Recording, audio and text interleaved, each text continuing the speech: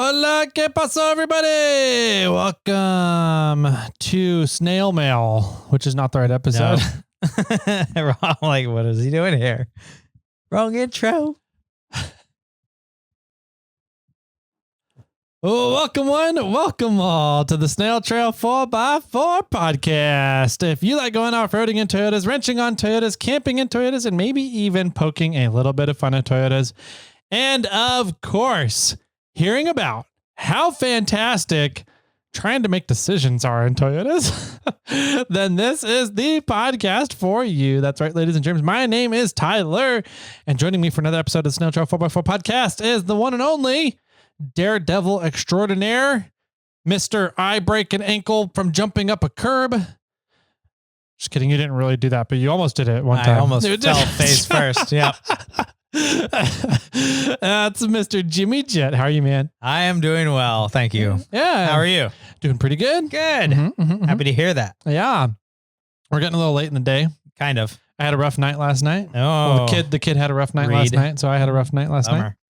So I'm getting a little sleepy. We've been playing catch up. Do we need to take a pause and go get some more caffeine? No, we'll be fine. All right. We'll work through it. We'll struggle bus today. About 15 minutes in, we're going to take a 15-minute power nap. Yeah. So if you want the good stuff, just skip to a half an hour. Oh, it's funny. Yeah, no, this is Monday. Yeah. So everybody's coming off a Father's Day weekend. Happy Father's Day to all you fathers out there. Hope you guys had a good time and got some awesome presents and not just flowers. Yeah. I would enjoy flowers and chocolate for a Father's Day weekend. Would you? Just saying. Yeah. All right. Yeah. I'll message the secretary.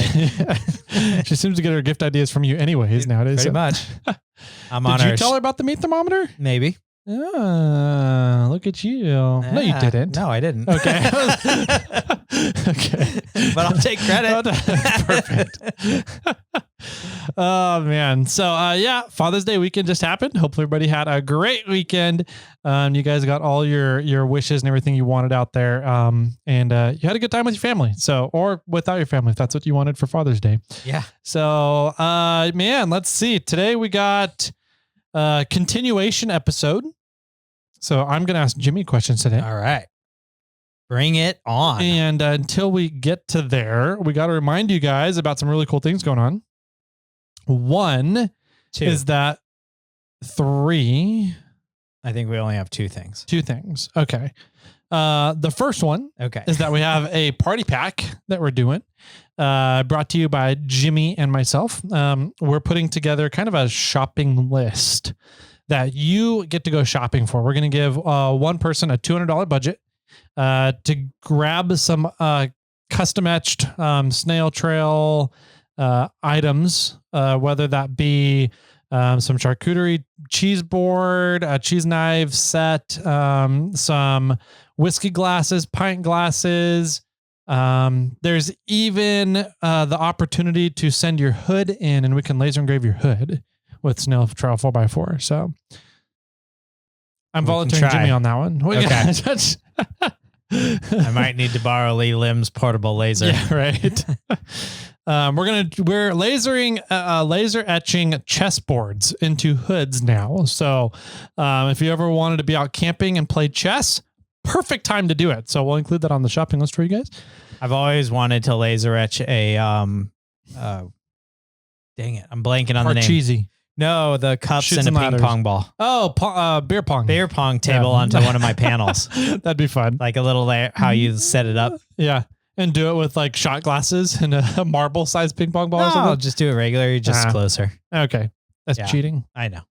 But I thought it'd be fun to draw up and mock up once and play a game.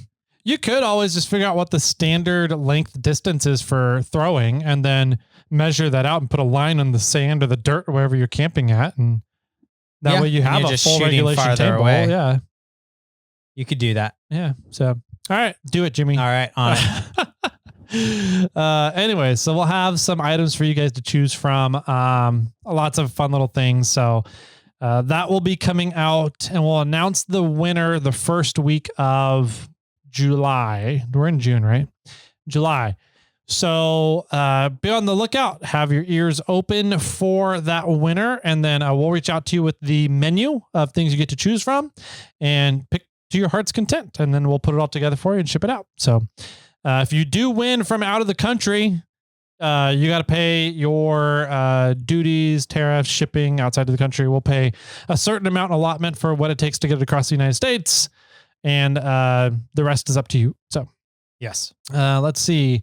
We also are coming up on 750 reviews. Yes. Very quickly. Super quick. We might actually be over by the time this episode airs. Maybe. At the rate we're going. So, yeah. Or we'll find out on Thursday where we're at. Mm-hmm. It's exciting.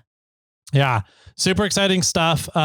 We have a fun interview that we are trying to work with Yokohama to get.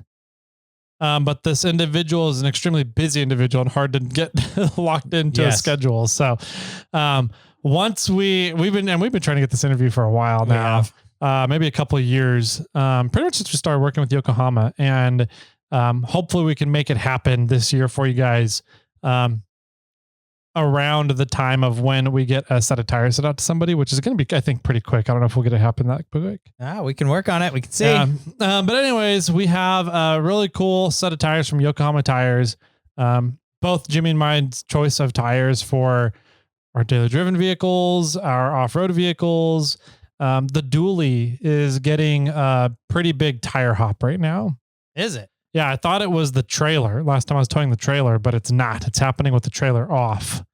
So I think it might be something to do with the dually tires in the rear. But that just means I get to put some Yokohamas on it. Yeah. So absolutely. Yeah. I think Clifford is coming due for new tires. Tread looks fine, but I'm getting a weird vibration, like 70 miles an hour. And so I've got a few things I need to check out, but tires are on that short list. Yeah. Yep. So we're both looking at, like, we're in the market for new tires here. We'll be getting some, probably both of us here, but you guys have a chance to get some too. Yes. So hopefully there's spots left over on Apple Podcasts. Go and leave a review. I don't know how many spots are left. We might be at 750 already by the time this airs. So if you missed out, sorry, tough luck. But you should still leave a review anyways, because we're going to continue doing giveaways in conjunction with reviews. So anybody who's already left a review, you're going to automatically be entered for future giveaways. Yes. So absolutely. If you missed out on this one, still go and leave a review. That way you don't have to worry about missing out on the next one as well. Yeah. And we've got stuff going every 50 reviews. Once we get to 750, we're going to be probably giving away an Onyx Elite membership at 800, and then we'll figure out what we're going to do after that. So if you do miss it, still put that review down, because we've got more free stuff that we'll be giving away in the future. Yep. So just go over to Apple Podcasts, leave us a review, and that's all you got to do. And that automatically enters you into all the giveaways now and in the future. Sweet. So yeah, that's coming up. Last thing I think I wanted to talk about today. I'm ready. Is the treasure hunt. Oh, okay. We are pretty much, I think, set and ready to go with it. Yeah, no, yes, but no. Yeah, almost. Yeah. We're very close. I need to revamp the token design again. Gotcha. Okay. So we have all the current tokens out in the wild transferred over to Onyx for sure. Okay. And that's exciting. And it looks good. It looks good. I like the way it's laid out. It came out really well through Onyx's platform. So using a publicly viewable folder on Onyx. So that's pretty much ready to release to the public. And then we have been going out and getting more tokens hidden. So there's going to be new locations available on the Onyx once we launch the Onyx thing. Yeah. And somebody already found a token. I know. Before it was ever even posted. Yeah, I know. That's funny. It just so happened to be somebody I knew too, which is pretty funny. Oh, that's rad. Yeah. So anyways, more tokens are going out in the wild. We do have a small revamp to do on the back of the tokens. And then we have a game plan for moving it forward, having the tokens be a sustainable game. That way it's not just coming out of our pockets and then we'll get frustrated that it's just coming out of our pockets and we're paying for everything and not really getting anything back. And stop doing it eventually. So we're making it sustainable so that it continues going into the future. And once that is finalized, we're going to launch it. So it's coming close to being ready to launch. Keep your ear holes open. Yeah, absolutely. We're, I think the game plan for us is that we are going to be launching it to the public. So the public can have it. It's going to be eliminated off of the tiers and an option for the tiers. And we're going to be asking some assistance from other companies in sponsoring a set of tokens to go out there. And then we'll be able to figure out prizes from there going forward. I know this Gear Wrench master mechanics tool set thing that we have has been this this golden apple that everybody's been looking at, and it's going to be the first one. And then I think moving forward, we're not going to be able to sustain as large of giveaways as that one is, but we're still going to have some fun giveaways to some really cool companies that are going to be supporting us along the way. Yep. Sweet. Cool. That's the update on the treasure hunt tokens. We've been getting people writing in saying that they're willing to hide tokens in their area. So, if that's still you, I told a couple people to hold off until you hear us ask for you to write in. Write in. Now's the time. We're putting together the list so that once we get this final design, change done on the tokens, we'll start mass producing them and start sending them out into the wild. So absolutely. Yep. It'll be fun. Yeah. I think that's all the updates in. All right. Sounds good. Cool. Let's take a quick break and we'll be right on back with today's campfire discussion, which is kind of a fun one to talk about around a campfire, having some drinks. So grab your favorite drink and we'll be right on back with some questions for Jimmy. At 4-Wheel Underground, we have something for everyone's 79 through 04 Toyota vehicle. Whether you've got a Chevy Dana 60, 05 and up Super Duty, fabricated, FJ80, or mini truck axles, we got you covered. 3-link, 4-link, parallel, and triangulated suspension kits, we've got you covered. Under-bed coilover mounts, through-bed coilover mounts, trailing arms, cantilevers, custom-tuned coilovers, and air bumps, we've got you covered. Frame stiffeners, subframes, skid plates, shock towers, and more to come. Make sure to use coupon code SnailTrail at 4wheelunderground.com because we've got you covered.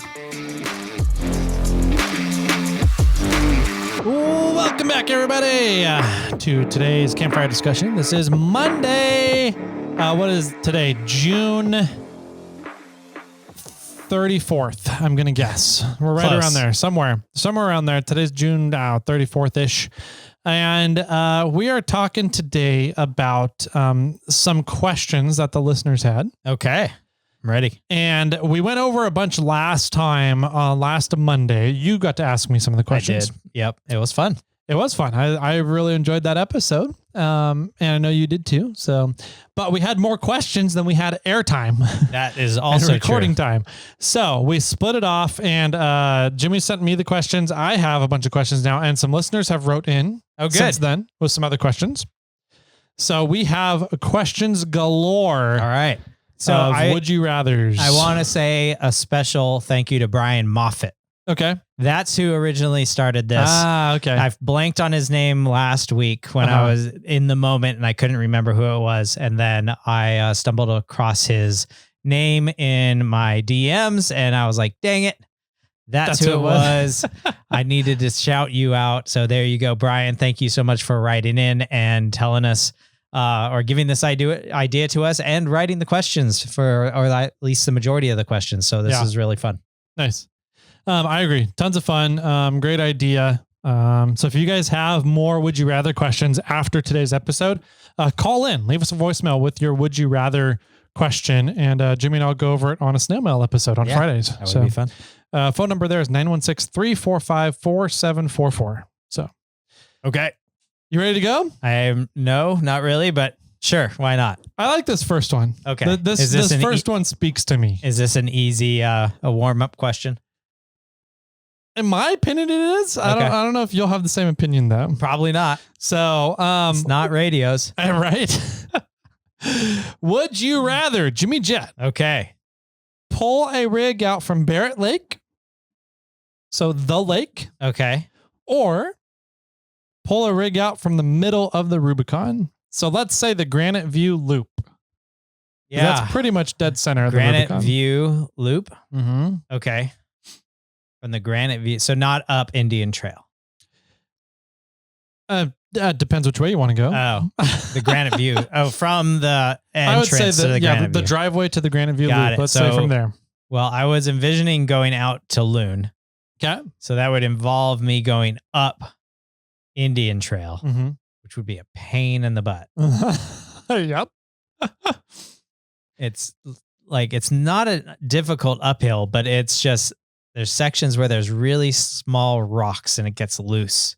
Mm-hmm. And I'm picturing that one really steep Ledge. Uh-huh.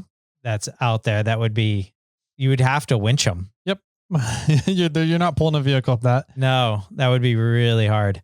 And if they're dead in the water and had to strong arm steer it, man, that would be nuts. Mm-hmm. So I think I'm going to go, I'd rather pull somebody out from Barrett. Really? I think Okay. so. Barrett it has some tough obstacles, Mm-hmm.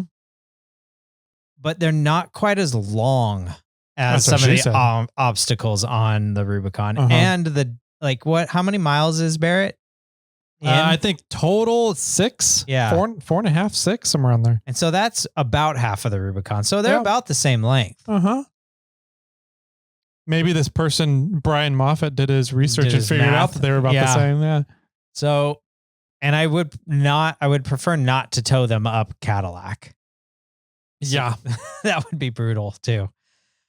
And Barrett, I mean, pulling somebody out, a gatekeeper at Barrett would be tough, but they would just have to be on the line and then it wouldn't be too bad. Coming out of Barrett through Gatekeeper, really not that bad. Going in Gatekeeper sucks. Yeah. That's the hard it's funny part. how Right? that works. Yeah. So I think the hardest part would be like the S turn. The S turn would suck for sure. Getting a vehicle through there. There's that waterfall coming down from the lake, half a mile maybe. Yeah. From the lake. You have to go down that thing, kind of after the section where you get crossed over. Right. There's the rock garden, which would kind of suck, but you're going to get rock gardens all over the Rubicon. Yeah. You've got to come down to the bridge True. on Barrett. That's not that bad. That's not bad. I guess depends if you have brakes or not. Yeah, brakes or not. Yeah. Are you dead in the water? Do you have brakes? Do you winch a person down that? Let's see. And then Gatekeeper, really. So, Yeah. Whereas Rubicon, you've got to go up Indian Trail. Then you have, and you've got up. So you're going up Indian Trail Mhm. and you have the steep ledge. Mm-hmm. And then you've got to go up the backside, whatever, $1,000 hill or Was that Axle Hill? Or no, $1,000 hill. I got you. Yeah. the backside of Little Sluice. Yep. Mm-hmm. Right? Yep. Which is no joke. Yep. And then you're going to bypass Little Sluice. Yep. Which is Most likely. Yep. And then you come to Axle Hill, Mm-hmm. which is going to be, You got to winch them up that. you gotta, Yeah. that'd be tough. And then the Rock Garden past Soup Bowl. Mm-hmm. And Yep. then Walker Hill, Z-turn. Z-turn. Mm-hmm. Z-turn would only be difficult if they really Don't have couldn't brakes steer. or steering. Yeah. Yep. And then what do you think? Would you go out Loon or would you go out Walker? I mean, Not Walker, Wentworth. From there, I'd probably go out Loon. Would you? Yeah. You think going down the Granite Bowl and through Gatekeeper area is easier than Post Pile? I think so. Yeah. Wow. Okay. Yeah. For a dead in the water rig, I think so. The hard part really is Gatekeeper, Mm-hmm. getting back through Gatekeeper.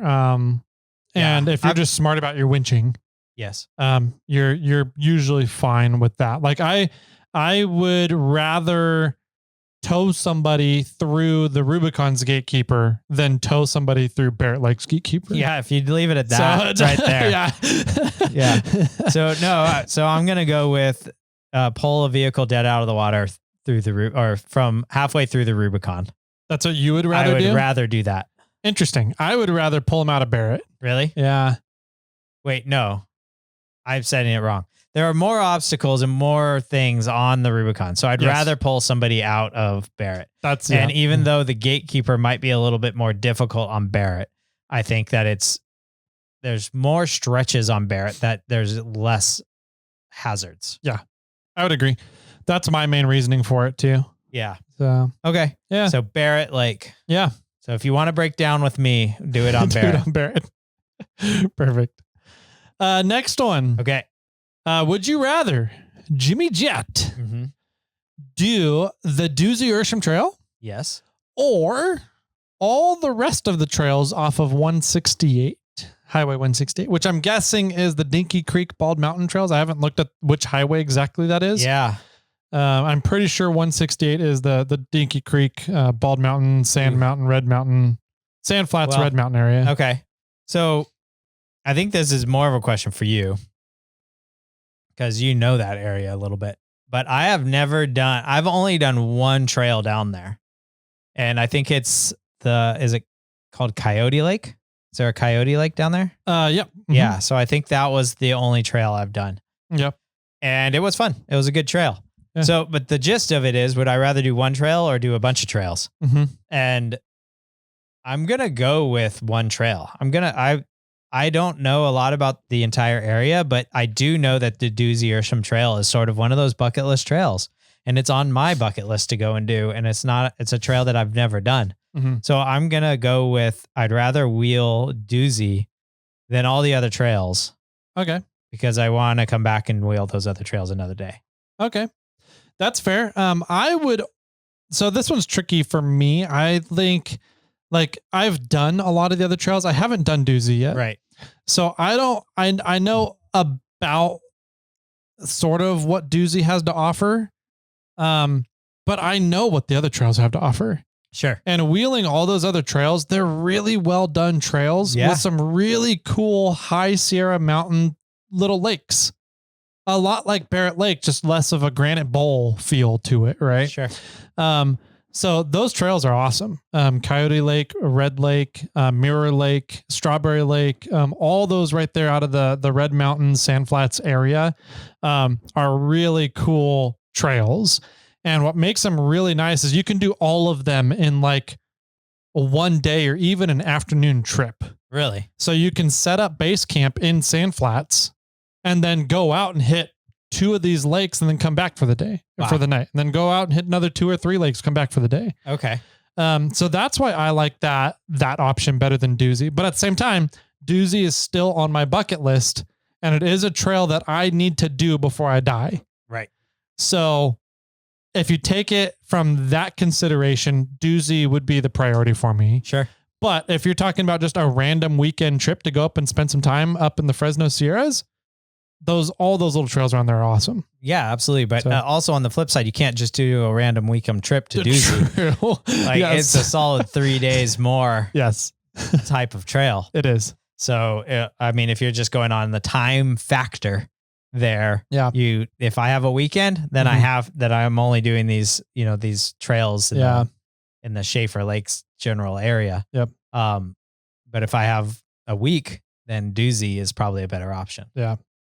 But I think I'd rather do Doozy just because it's a trail. It's an iconic trail, and it's one I haven't done yet. Yep. Nice. I like it. Jimmy Jet. Yes, sir. I have a question for you. Okay. Would you rather... Oh, geez. This is a terrible one. Would you rather go sand wheeling in the dunes? Or would you rather go mud wheeling? No, sand wheeling in the dunes. You didn't have to think about that. I don't need to. Sand gets everywhere. Yeah. Everywhere. Yeah, everywhere. But it also falls off. And it's fairly easy to clean. Mm-hmm. It takes a lot of vacuuming. Yeah. But you have to clean out all your filters. All your filters. Every single filter in the vehicle. You got to clean out. But if all the sand that's thrown underneath your vehicle just falls right off. Unless you got an oil leak. Yeah. Or something leaking underneath. It's not sticking to your vehicle. Yeah. Where mud sticks to your vehicle regardless. Mud gets everywhere and places it shouldn't go. And if you have to hop out for whatever reason, then it's inside your vehicle and the mats and floor and carpet or whatever is down on the ground. And it's just dirtier. I don't know. It's like, I would much rather be in sand than mud. I would just rather not have either. I don't know. Sand is fine. Sand you can usually keep out of the vehicle until it gets windy. And then if your window's down, it's just in your vehicle. You drive past somebody and they throw some sand up in the air and you're just like, yep, that's okay. It's in the carpet. Whatever. It's in there. It's like a broken window. Broken window, no matter what you do, however hard you clean your vehicle, you're going to find more shattered glass in that vehicle at some point. Yep. So sand is the same way. It's like you get home from a trip out to the dunes or whatever, and you clean your vehicle really, really well. And then the next time you go out and you're like, why is there still sand in here? Yeah. What the heck? Well, it's like going to KOH. Yeah. All the dirt and dust that just covers everything. You can never get rid of it all. Nope. Yeah. So, but still, I'd rather have sand. Okay. Yeah. That's the lesser of the two evils. Pretty much. Okay. Yeah. I like sand wheeling. It's fun going up on the dunes and sliding around some corners and shifting between 2 and 4-wheel drive and drifting some things. And it's fun. Okay. It's a cleaner version of mud. Okay. That's fair. I could see. You would rather go snow. I want to be in the snow. Yeah. Give me snow. I'll go there. But you're not hitting a berm in the snow. Yeah, you can. I've never seen anybody. You're not romping up like a side of a hill and turning near the top and coming back down. And side-by-sides do that on the Forest Service roads. Yeah. And snowmobiles do it up on the mountains. Yeah. But not in your crawler. No. Where you can out on the sand. You can do that in a crawler out in the sand? I do it in Bobcat. Sure. What? Yeah. I don't believe you. For sure. I have video footage. Okay. All right. Proof. All right. I think I even have a Pismo trip on YouTube. Oh, okay. I don't think I would want to do it. It'd be even better now with your suspension. True. Yeah. I do like using the suspension to go down washes. Mm-hmm. That's a lot of fun. Yeah. But I think we need to do a Pismo trip again. Okay. Maybe. Isn't Pismo closed? I'm just kidding. It's not. I was just trying to make an excuse. We're coming for you.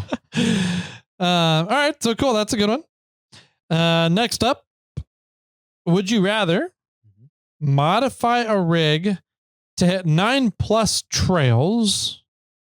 Yeah. Oh, category rated level 9+. 9. Yeah. Okay. Would you rather modify a rig to hit level 9 or higher trails, or build one from scratch, aka like a buggy?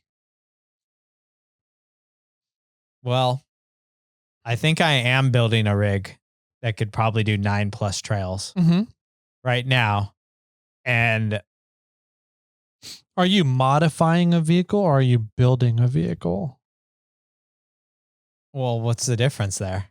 It's a good question, right? I don't know. I'm not sure where that line is drawn of modifying versus building. Well, I was going to say, I think it would be easier if I straight up built a buggy style vehicle, because I have restraints that I'm having to work around in regards to the frame and the motor mounts and where the power steering box is supposed to be going or where I need to put it. And there's a lot more restraints with me, I guess, modifying Samantha to become a vehicle that can hit extreme trails. Whereas if I pulled the Hustle Nuts route and completely built everything from the frame up, then I could determine where everything's going and not have to modify it, and I could build that vehicle. So would I rather modify a vehicle or build a vehicle? That's a really tough one, because they're both, I'm just looking at it like, they're both a lot of work. Yep. But I think the sense that I'm now in the, like, I'm dipping my toes at the current point into modifying a vehicle. I think one of my next steps would be to build like a buggy style thing. So I think at this point I would rather build a buggy than modify a vehicle. Okay. Nice. I don't know which way I would lean. I was wondering if it, let me hear your response first. Would I rather modify a vehicle or build one from scratch to do extreme trails? I think I'd probably, if all I'm doing is extreme trails with it, that's it. I'd rather build one from scratch. Yeah. Because you're absolutely right. My big thing with the 4Runner was I was limited based on up travel and articulation because of motor and frame and the chassis placement, right? I'm limited on wheelbase, how long I can make the wheelbase based on the frame and the fender wells. I'm limited on how big I can make the tires due to my articulation and body panels. Right. So it's definitely limiting, and the steering was tight. It was like there was only one spot that we could line everything up to make it work with the steering. Whereas if we had a custom frame chassis, a tube chassis, whatever it is that we could build off of and build around. And ultimately we did, right? We had to cut off the frame rails from firewall forward in order to make room for the steering and the articulation, and everything. Right. So yeah, it was a lot more work building the 4Runner. Was it a lot more work? Was it more? I don't think it would have been more labor hours. I don't know if you consider everything that's gone into the 4Runner. Would it have ultimately been more labor hours? I think it is more work. Because you're having to modify something instead of just build it. Yeah. So to modify it, you're taking something kind of apart and rebuilding it in a different way.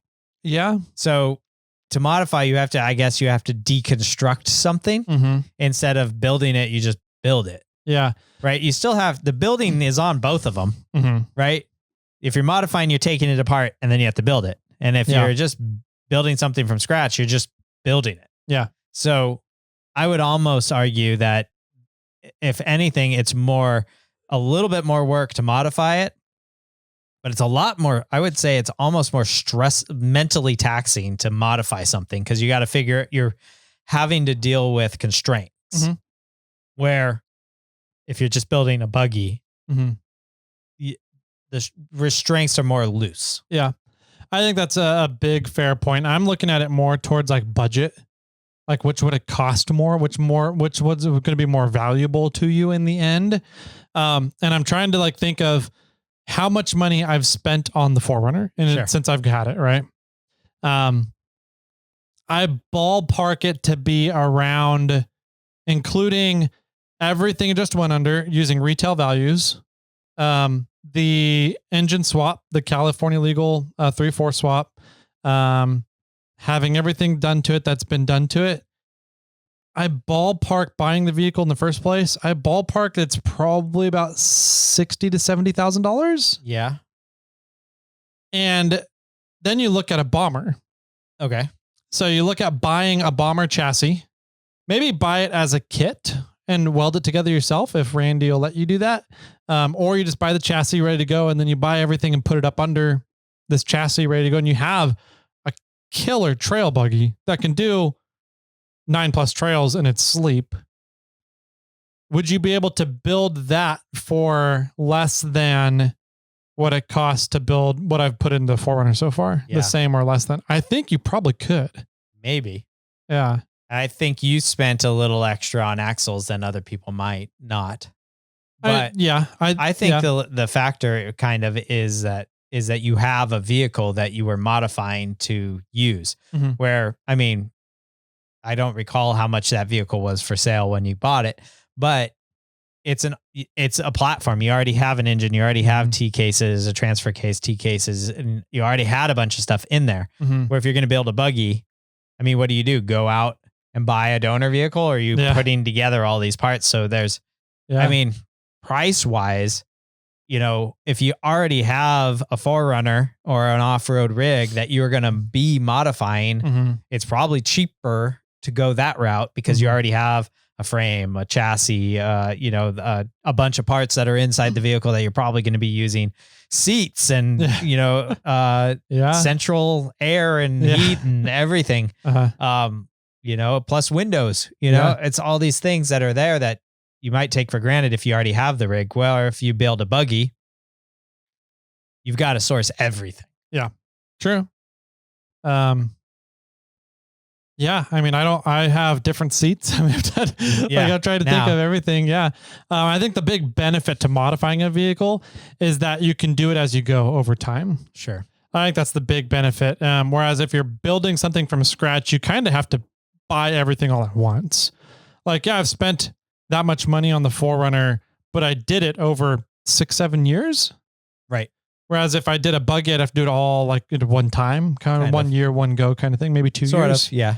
I mean, you can buy a thing a month and just sit on a bunch of parts for a bunch of years. Yeah. Or you can rack up a credit card. Yeah. Yeah. Pay it off. Yeah. Buying a buggy on a firm. Yeah, That's exactly. So I want to slightly modify that question. Okay. And because this is the way I thought it was going to go. Okay. Would you rather, more or less, would you rather have a vehicle that's not street legal that can go on 9+ trails? Or would you rather have a vehicle that can go on like, up to level 8 trails that you can drive places? Me personally, probably the latter. Yep. I'd rather have a vehicle that I can drive places and go up to level 8 trails. Yeah. But also I know like Husmid would answer that question very differently. Oh, absolutely. Yeah. So like it's just my personality is I'm not necessarily going wheeling for the challenge of going wheeling. I'm going wheeling as a means to get to places that not very many people get to. Yes. I want to get to these beautiful locations. The end camping spot, the end destination, that's the goal for me in off-roading. I just happen to enjoy bouncing over rocks along the way. Right. Sure. So I think for me, I would much rather, I don't say much rather, I'd rather have the vehicle that can drive on the road and have a level 8 style vehicle. Same Yeah. here. Yep. Okay. All right. Nice Moving modification. on. Next up, Jimmy Jet. Yes. This one's going to be, I think, an easy one. Would you rather wheel an SUV or a truck? I think I would rather wheel a truck. And Tyler? Truck. What? No, it depends. So I think that trucks are better wheelers Why? because they have lower center of gravities. Okay. I think if you built the 4Runner and Bobcat the same way, Bobcat would still have a lower center of gravity and probably be lighter weight. Yes, it would. Probably. Probably most likely have a lower center of gravity. Yep. But I mean, I'm guessing like an inch. Yeah, maybe. But the thing is that you don't have a cargo area that is higher up and holds more stuff vertically in it, right? Yeah. So Instead, I have a bed you have a bed that I can stack things way higher than what you can do. In theory, you can. So my whole thought is I think trucks make better wheelers, but I'm not necessarily building my vehicle for the difficult wheeling obstacles, right? I'm building the vehicle because I want to go to these really cool spots. And I want to be able to pack and have a comfortable stay while I'm there. Yeah. And have a comfortable ride while I'm going there. But it's fun to go over some big rocks along the way, right? Yeah, it absolutely is. And so I'm lazy, and part of my laziness is just throwing shit in the cargo area of the 4Runner of an SUV and not really worrying too much about tying it down or securing it. Now that comes with its own risks if you ever roll over or flop the vehicle or something for sure. But it's, I think when I get to the point where I put a cage on the 4Runner, I'll have to figure out better solutions for storage in the bed. But like as a truck bed, you kind of really got to secure things down really well. Yes, you should. You should. And I should in the 4Runner too, and I just don't. But if I honestly, and I will say this to anybody who asks, I said it, I think multiple times at Moab this year. I love the first gen 4-door Tacoma as, like, in my opinion, the ultimate rock crawling off-road vehicle. All right. Let's go to Blaze. I know, right? Go buy them and bring them back. Yeah. And seeing Ben's 4-door Hilux, I was like, yeah, that's where it's at, man. I want That's where it's at for an off-roading vehicle, man. Trucks, they do great. Like my dad's truck, Brian's truck. Mm-hmm. Those are, in my opinion, great examples of some of the most capable off-road vehicles that I've seen. So you like the 4-door trucks? For sure. Why not a Tacoma? That is a Tacoma, a 4-door Tacoma. Well, why not my truck, my Like Charlotte? a second or third gen Tacoma, a bigger body style. they're just too big in body style. I agree. I think that the quarter ton trucks that the first gen Tacomas are, is a great size for rock crawling. Agreed. Now, if you want to do more extreme overlanding, maybe rock landing stuff, yeah, build up a second, third gen Tacoma. I think they're great for that. But I think if you're looking at rock crawling and capabilities of a rock crawler, I think those first gen 4-door Tacomas are spot on awesome. I like them. Yeah. For sure. I agree. Trucks all the way. Yeah. That's what I heard. Unless you're lazy, then you just get an SUV. Yeah. All right. Okay. Would you rather, Jimmy? All right. Would you rather, sorry, I got to reword this. Would you rather wheel a small rig like a Samurai or a big rig like a short bed F350? I'd rather so wheel. A Samurai or a full size? Yeah. I think we were already talking about this just in the last question. I would rather wheel a small vehicle. I think some of the larger vehicles are just too big for some of the trails and some of the obstacles that we go to. I mean, I can't imagine like wheeling a full size short bed F-150 or something to Barrett. Yeah. Like there's just, even up at Barrett Lake, there's the trees that are so close together that you got to weave through. Yep. I don't know how a full size rig would do that. Yeah. It's just crazy. So I think that you have more accessibility with a smaller bodied rig. Yeah. You can go more places. You can do more things. You can push your axles out wider, and then you're even more protecting your body. So here's a question for you. Okay. Now that you've said that, Yeah. and that the body is the reason, what about Maximum Max's full size? That he shrunk the body. That he shrunk the body. I mean, yeah, that thing's badass. Yeah, right? It's an insane amount of work that he did. It is. I'm still curious how he did the dash and all. But yeah, I think that's cool. I think there's a different, I think it would be fun to build. But I still think I would rather pull like a, what did Harry Wagner have? The Geo Metro. Geo, it wasn't a Metro. It was a tracker. The Geo Tracker. Tracker. Like a small, super capable vehicle. Yeah. I'd rather have that.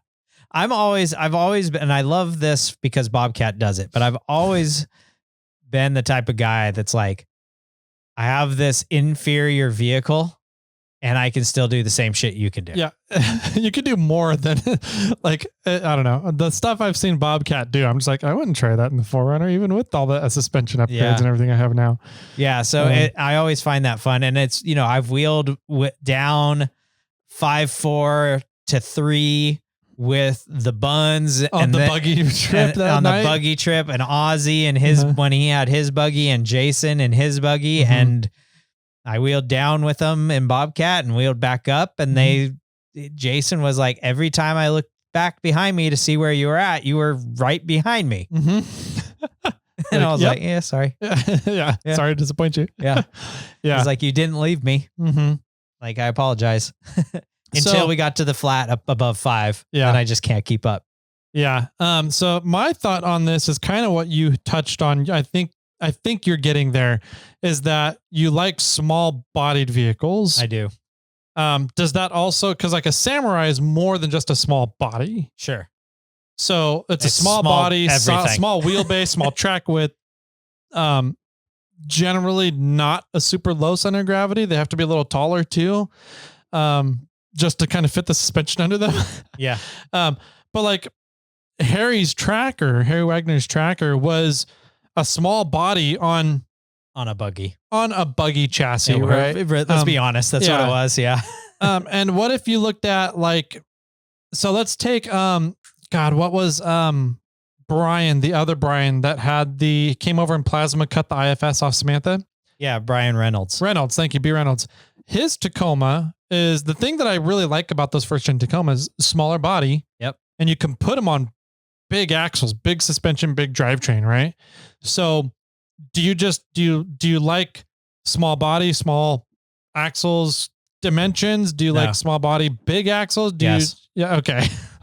Yeah. I like small body, big axles. I like small body. Like your women. Exactly. Okay. Yeah. Sure. We'll go with that. No, I like I like smaller, narrower bodies so that everything's inwards. And then when your tires can poke out and I wouldn't want a narrow wheelbase. I'd want 110-ish plus. Okay. And I like that fact because when you drive over a rock, the rock isn't coming at your body as easily, right? If you drive over a rock and you lean, your body doesn't immediately hit the wall. Yeah. Right. Especially like an SUV, you have to worry about the back half of your vehicle. Where a truck, you're like, I only have to worry about half of the vehicle. Yeah. Where the cab is. And then as soon as I get past this tree or whatever, and I'm leaning sideways thinking of Gatekeeper at Barrett, like you're leaning over at this tree. Well, as soon as I get my cab past that tree, I don't care how far I tip over. I don't want to roll over, but I mean, I just, once I'm past the tree, my cab can go further. Yeah. And I don't have to worry about any body damage. And I think that's really I guess it's all comes down to body damage. Yeah. I would rather have a small vehicle, wider axles so that I don't get body damage. Okay. I do really like that about the 4Runner's axles. They stick out so stupidly outside the body that I don't really worry about hitting the body on anything anymore because I can't get close enough to stop 100%. to hit the body. I mainly like the stability factor of it. Like I love the stability of full-size vehicles, but I don't like the full-size body of full-size vehicles. Sure. So if we could take smaller body vehicles and put them on full-size chassis, I think that would be the ultimate goal. Yeah. Right. So reread the question. Okay. Where are we at with the question? Where did we start this journey here? Wheeling a small rig like a Samurai or a big rig like a short bed 350. Okay. So if you can't modify it, right? If you're going to go out and wheel, let's just say a Samurai on Toyota axles and 35s. Okay. Versus a full size Chevy on like, let's say Amber's Samurai. Sure. Versus Jeff Balkin's Dodge. Okay. What? And that was on 42s, 41 and a half pit bulls. Yeah. Yeah. See, I still would rather wheel Amber's Samurai. Really? I would rather wheel Jeff's Dodge because I don't think I could fit an Amber's Samurai. Well, that's my problem. But yeah. I mean, I think, I don't know. Like if you were to hit the buggy line on Barrett Lake in Balkin's Dodge, You'd break a hubs. Hubs or transfer case or whatever it was. Yeah. The intermediate gear in your Atlas. If you did it on Amber's Samurai, you just drive through between the rocks. You just kind of go zip, zip, zip, zip. And you're through. Yeah. Or if you take Randy's buggy through there, it just like articulates over everything and doesn't look like a problem. Yeah. Because I've seen him run that line in the buggy, which was fun. But still, I'd rather have a smaller bodied vehicle. If I can find a smaller bodied vehicle that I can fit in and stretch it, I want to stretch, right? Well, that's the thing is, I mean, I like going up things and I worry about small wheelbases going up. I don't like the feeling of your front end getting light. Yeah.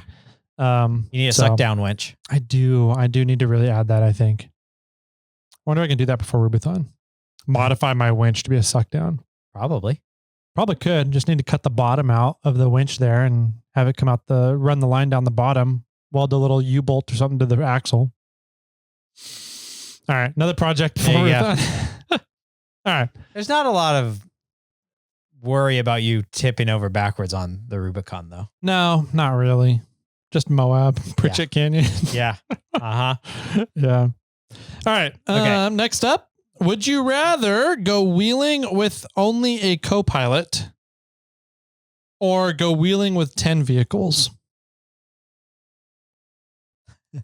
That's a good one. That is a good one. I'd rather go wheeling with like 3 vehicles. Yeah, right. I think that's the point of the question. So I'm going to go with co-pilot. I think only a co-pilot. Only a co-pilot. I believe. Yeah, 10 vehicles is too many in my opinion.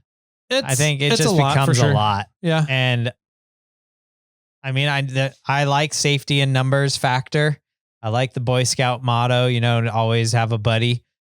But if I'm looking, I'm envisioning that there's 10 rigs and 2 people per rig. And that's like 20 people all hanging out. We're not going to go anywhere. It's going to be slow moving. we're all going to get to an obstacle. Everybody's going to want to play in that one obstacle. And it's just going to take you forever to get down the trail. Yeah.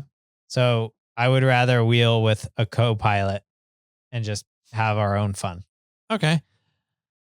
I honestly don't know. Yeah. I don't know. I enjoy wheeling by myself. I don't know if I get a kick out of it, but it's very therapeutic for me. Right. Well, apparently, because you just zone out and just drive until you hit a rock, and then you go, "Oh shit! Oh, that's right. I'm wheeling here. Forgot about that." But I also really like some of my favorite trips have been with big groups of people. Sure. I still think my favorite trip ever going through the Rubicon was the glue tread trip, and that was 3 vehicles, right? 4 vehicles? 4. It was 4. I do think that on average, you'll more likely have more fun with 3 to 4 vehicles. But I still really like going with, some of the Mad Hatters trips, we'll do like 22 to 25 vehicles. Oh, see, on a trip like that, right? No. We have to actually run it specifically so that we have different groupings and go at different start times. To get through the trail without holding everybody up. So like it can be done running big groups. But there's an enjoyment out of just a co-pilot too. So I don't know. Yeah. I think 3 to 4 people in a rig or in a group is ideal. Yeah. And so it's more people to get to 10 than it is less people to get to just your co-pilot. So I'm going with co-pilot. Gotcha. Okay. There you go. That's my logic. I like it. It works. It's an answer. It's your opinion. Yeah. I kind of agree with it too. I still think that it's a different value of enjoyment, entertainment. I guess it's different, right? So it's a different value. I'm not sure which one I'd value more. Yeah. If you're going out on a scheduled run with a group that you enjoy and wheel with, then that's a lot of fun and you're going to have a blast. But if you're just going out on a weekend adventure, I would think I'd rather just have a buddy along. That's fair. I can agree with that.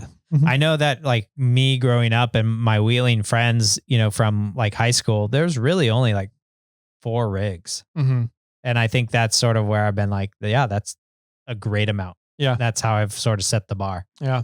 And anything more than like 5 gets to be too many. Yeah. Like 6 is there's a lot of stuff going on when there's 6 rigs involved. And then again, if there's 6 rigs and it's like your rig, my rig, first gen Dave's rig, Dimitri and Nick and the Gladiator and Lee. Well, maybe not Lee because he always does something silly, but Hussman, and all these guys that are around us that we know and we know how to wheel. That would be fun. Yeah. I'd rather do that. Right. Okay. I think I'm looking at it as I'm going out in a group with a bunch of people that don't really know how the Rubicon. No, I'd rather have a buddy, just a buddy, and it just be us. Okay. Right. But if it's a group of like all seasoned wheelers that I know, like I think I'd rather do that. Gotcha. So I don't know how to answer that question. Right. I'm the same way. I'm not sure what my answer is for that question. Yeah. My answer is 4 rigs. 4 rigs. That's option C. Yes. Perfect. All right. Next one. All right. Would you rather hear about how much better Jeeps are or have to see how much better Jeeps are? What? Is this the one that had the smiley face at the end? Yeah, laughing emoji. Okay. Yeah. Hear how much better Jeeps are or see how much better Jeeps are? Okay. I think I'd rather hear. I think I'd rather see because that means I'm out there. Yeah, but if I only hear about it, I think it's like, okay, it's got to be embellished. So it's not really that great. Right? You're maybe telling me a true story, but it's not like, it's a fictitious fact or whatever. So, just being it's a fantastic Jeep. Okay. Thanks. Thanks for telling me. Yeah. Now, if I see it, then, I saw it with my own eyes and I trust it and I believe it. But if I just hear it, like you're only telling me part of the truth. I do have this argument, which I saw I should have saved the URL to the Instagram video. But Jeep people are the only group of automotive people who literally hate Jeeps. Think about it. The first thing Jeep people do is start looking at their vehicle and saying, what can I take off of this vehicle and put something else on it? Sure. Every single time. Oh, I need to take off the Jeep axles and put Dana axles. I need to put Ford axles under, right? I need to take I need to take out and Hemi swap. Yeah. The Jeep motor. I need to change out this stupid 7 slot thing for these angry eyes. Right? So if you think about it, somebody's saying how much better Jeeps are, then you start saying, okay, well, let's look at your Jeep. Yeah. How many Jeep parts did you take off of it and put aftermarket stuff on it? Tell me what is on this Jeep that is still Jeep. Yeah. The doors, the tail lights, the tail. Yeah. So anyways, that's my argument there for you, Brian Moffat. All right. So now we have a few more listener ones sent in. Good. Would you rather Rubithon or Sierra Trek? Ooh, Rubithon or Sierra Trek? That's a good question but I've never done any of the runs at Sierra Trek. Actually, I take that back. I've done the river run before. But I've never done any of the ones from like Eagle Lakes up. But Sierra Trek has a way better vendor area. Way better vendor. The vendor and camp life at Sierra Trek is way better. Yeah. I would agree. And I would argue that they're both beautiful places in their own rights. The Rubicon Springs is absolutely gorgeous. You got the river, you got some good mountains, you got the old history, you got a fun bar, you got a good little kitchen. And Meadow Lake is absolutely gorgeous as well. You're tucked up in the mountains and it's got a nice lake. It's cold. So is the creek at Rubicon Springs. Yep. And, there's just good views and good history up there as well. So I'm going to zero out gorgeousness because they're both beautiful. Okay. The vendor show at Sierra Trek gets a win for Sierra Trek. The trail, I think I would say they're wheeled differently for the events. For sure. Rubithon is more showing off the trail. And it's a tease. Well, I'll go. Let me just stay in my line. The Rubithon is more of a, showing off the Rubicon Trail, where I've never really got the joy or the view that Sierra Trek is of showing off the trail of Fordyce. Okay. Yeah, I know that, and that maybe that's just because I haven't done the runs, like the through run or an overnight run or any of that. Just did the river run, and I don't know. I feel that Sierra Trek is a harder wheeling. I would agree. Than it is. So I guess maybe they get in my side, they get an advance there. They both support an off-road organization, so they both get a plus there. I don't know. I think I might say Sierra Trek just because of the vendor show kind of thing. I would say it's Sierra Trek because of the, Rubithon has a bar. Yeah. You can have alcohol at, have drinks with, and have drinks at and talk with people, right? Around a nice bonfire. I got another one. Go ahead. You've got a dinner at Rubithon. Yep. So you have a meal there. You've got some food. Dinners at Trex, but breakfast and stuff too. Yep. You have this year, they are implementing a small vendor show at Rubithon. So in the Springs, they are inviting a select few vendors down there. So more flight will be set up. Okay. There's educational activities at Rubithon that have been happening forever, pretty much. And Sierra Trek just started those recently. So I, however, after saying all that about Rubithon, Sierra Trek has all that for a longer length of time. You get more meals provided. You have warm showers at Sierra Trek, a whole shower station set up. You have, I would argue it's a lot easier to find a good campsite at Sierra Trek than it is at Rubathon Yeah, down I in would the say Springs. that. I think the Springs gets a little crowded. And if you're late coming into camp, well, let's say with the wagon run on Saturday, you're not going to have as easy of a time finding a good camping area. And the bar is open 3 days at Sierra Trek. Sure. Instead of 1 day. One day. They do a really good job with the bonfire, and not just having a really cool bonfire, especially with the metal cloak stand that's in there every year. That was really neat. It adds a fun ambiance to the thing. They do a live auction, which is fun with the auctioneer. Well, they did the Rubathon live auction was pretty fun last year. They had an actual auctioneer there, so I'll give them that. They did that 2 years ago too. Yeah. Man, I'm going to have to lean more towards Sierra Trek because it's more of a hangout.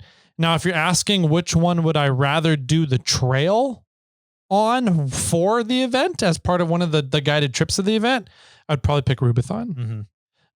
I just have zero inclination to sit in a line of 50 to 60 people on Fordyce. Yeah.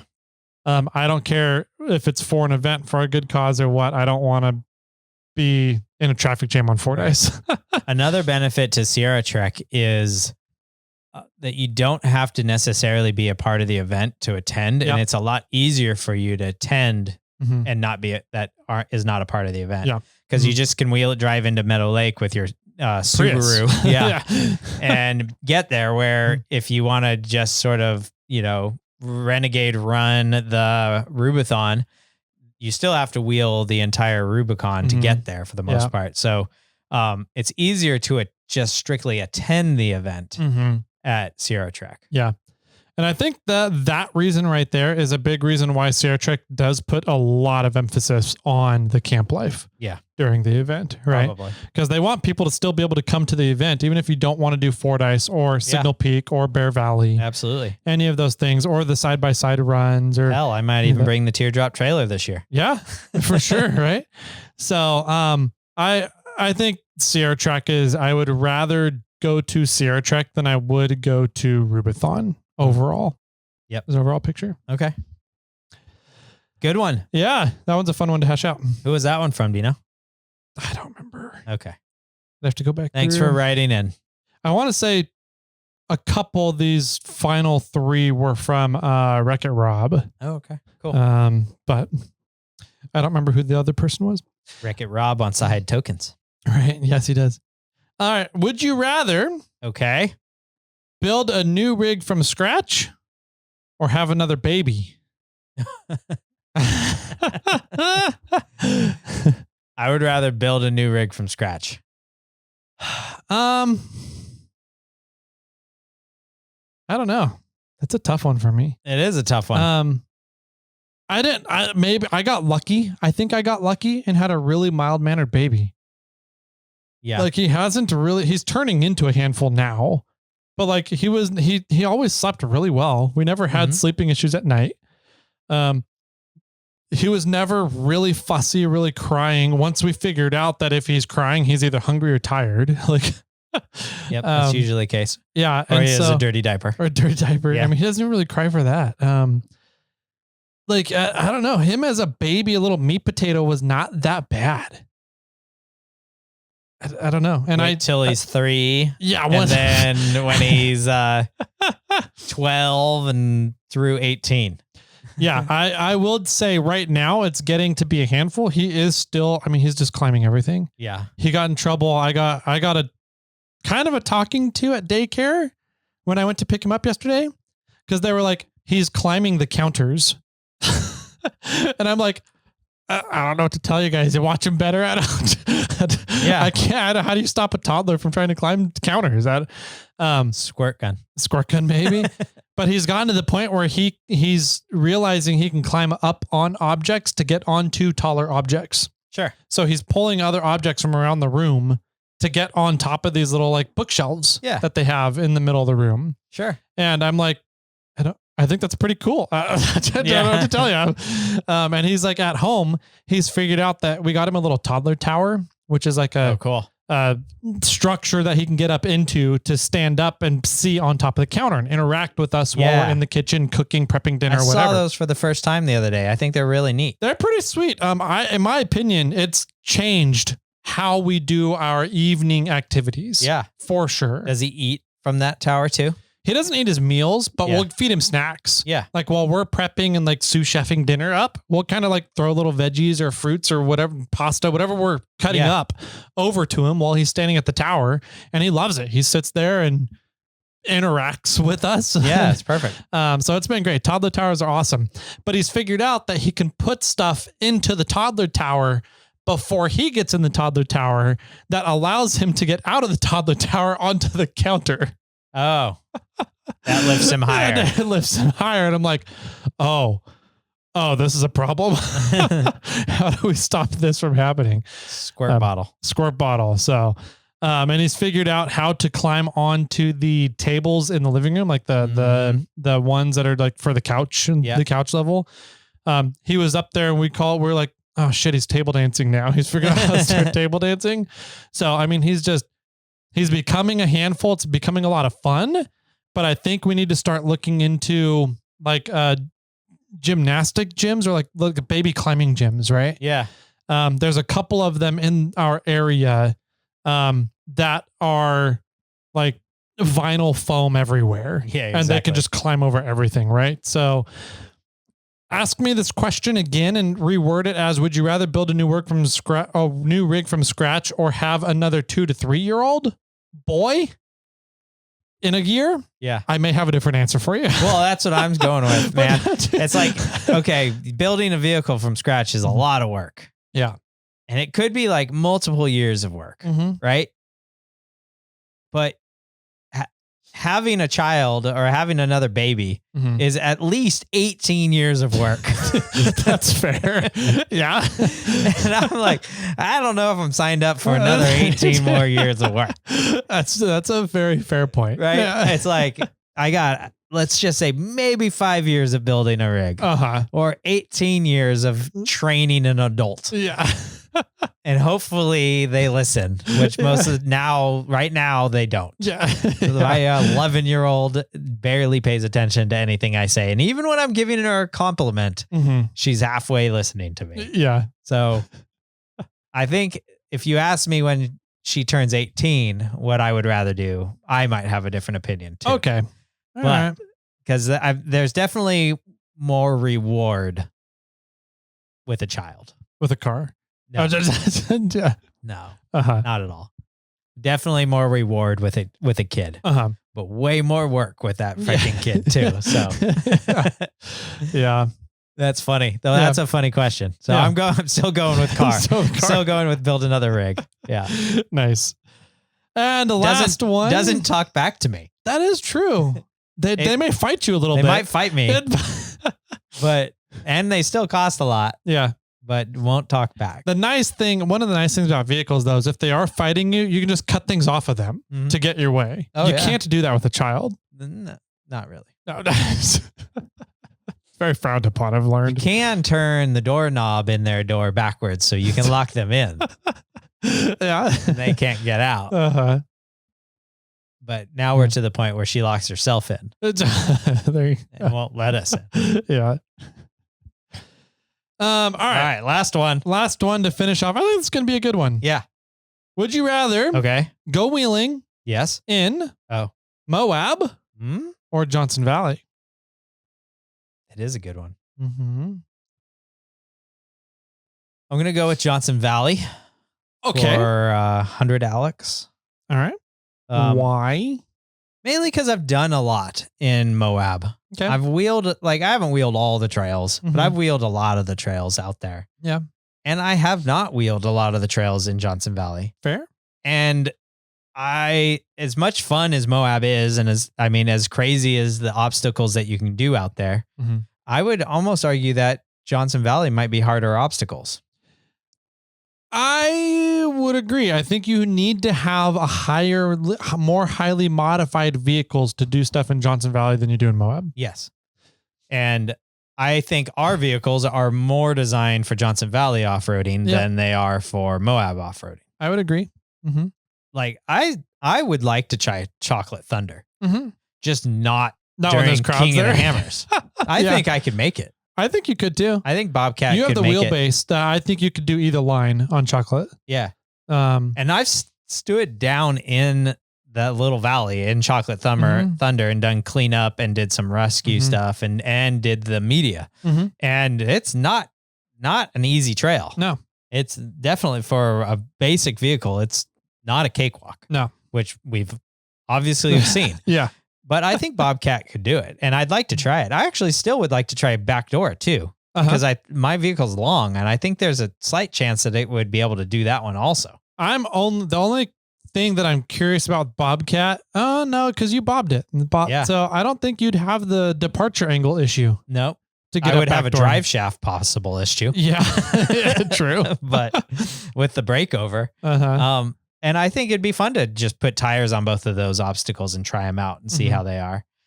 There's not a whole lot left in Moab that I'm like, oh, I need to do this trail. Yeah. Like I don't have like a bucket list so much for Moab anymore. Okay. Like I enjoy it. It's an absolute blast. Do you still want to do Moab Rim? I would do it again. Okay. Probably in Samantha. Okay. A little wider and on better suspension. And I'm definitely looking forward to going back next year with Samantha and doing it. But I think I have more trails that I'm interested in trying at this point in time in Johnson Valley. Yeah. I think the trails in Johnson Valley, the ones that I've done very few trails in Johnson Valley, right? We've been there a lot, but we're always there during King of the Hammers. Yeah. So we don't get a lot of opportunity to go wheeling in Johnson Valley. Absolutely. And so, but the trails that I have done are definitely more of my piece of cake, my cup of tea. Yeah. They're my cup of tea. Like the trails in Moab, they're just not what I'm used to. And so I'm not comfortable doing them. Whereas Johnson Valley, they're more our style, right? Big boulders, you're having to get up, a lot of articulation, a lot of suspension movement, travel. You need low gears. Sometimes you need more momentum, but it's more of really technical rock crawling stuff. Whereas Moab is just point the front end to where you are trying to go and then mash the gas pedal. Right. Yeah. And I just don't like that style of wheeling. So I'm going to go with Johnson Valley on this one. All right. Too. Yeah. So that was a fun one. That's some good questions. Yeah. That was fun. Yeah. I agree. Fun little listener sponsored episodes on SnailTrail4x4. So go check out Moffat Off-Road. Yeah. And Wreck-It Rob Racing. Is that what it is? I don't know. I'm just making, you guys need to own those domains now. Yeah, right. We've made it happen for you guys. You can thank us later. So yeah, if you guys have more would you rathers, send them into the voicemail, the snail mail hotline. It's 916-345-4744. I think those are a lot of fun. There's some really good ones in there that are like, man, I don't know which one I would rather. Like the passenger or 10 people. That was a good question. I really don't know which one I would rather have. I think my ultimate would I rather would be just by myself, no passenger. That I don't have to worry about how scared they're getting. But there's some really good questions there, and these are a lot of fun. So thanks for sending them in. Yeah, thanks for sending them in. Thanks for organizing everything, setting it up. And yeah, if you guys have an idea for the podcast, feel free to hit us up on Instagram. I'm over at SnailTrail4x4. Tyler's at 4x4 Toyota Tyler. And throw the idea at us. Who knows? Maybe we'll accept it. Yep. And I guess with that, you guys know how to contact us. There was just there. Definitely, if we go look at the reviews on Apple Podcasts, like we said at the beginning of the episode, if we're not over 750 already, we are very close. So go check it out. Make sure you leave your reviews before 750 and even after 750. That way you don't have to miss out on the next giveaway. So go do that. Call us, leave us voicemails, get in contact with us. We love interacting with you guys. So do it. Jimmy Jet, final words for everybody today. Would you rather Okay. wheel without any shoes or without any of your tools? Oh, shoes for sure. I've already done it multiple times. Oh. All right. Like there's been times I forgot to bring my shoes and all I had was slippers to Barrett Lake.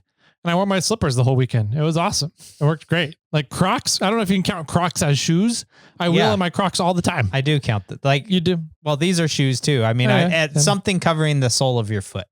I would. Would you rather wheel barefoot for the weekend or go without your tools?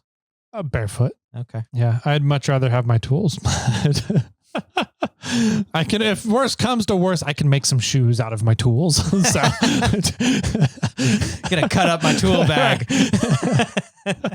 And with that, my friends, keep crawling.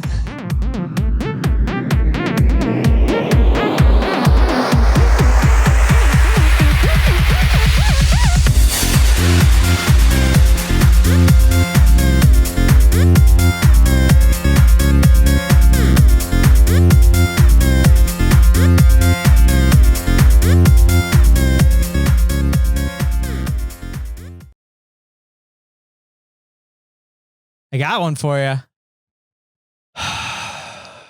Okay. Sounds so excited, ladies and gentlemen.